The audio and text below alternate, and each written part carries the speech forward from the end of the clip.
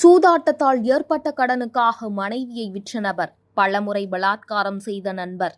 மத்திய பிரதேசத்தின் தார் மாவட்டத்தில் தனது நண்பருக்கு ரூபாய் 50,000 கடனை அடைக்க கணவர் தனது மனைவியை விற்றதாக கூறப்படுகிறது.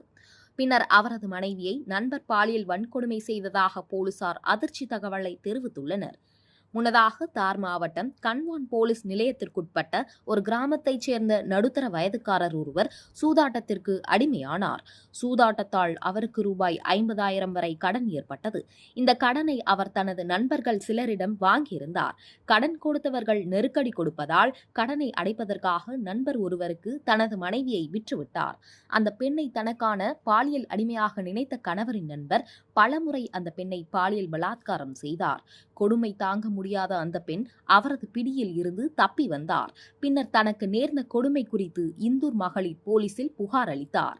அதன் பேரில் 0 FIR அடிப்படையில் வழக்கு பதிவு செய்த போலீசார் அதனை தார் போலீஸ் நிலையத்திற்கு நடவடிக்கைக்காக அனுப்பி வைத்தனர். இதனைத் தொடர்ந்து தார் போலீசார் விசாரணை நடத்தி அந்த பெண்ணின் கணவரையும் பாலியல் பலாத்காரம் செய்த கணவரின் நண்பரையும் வலைவீசி தேடி வருகின்றனர்.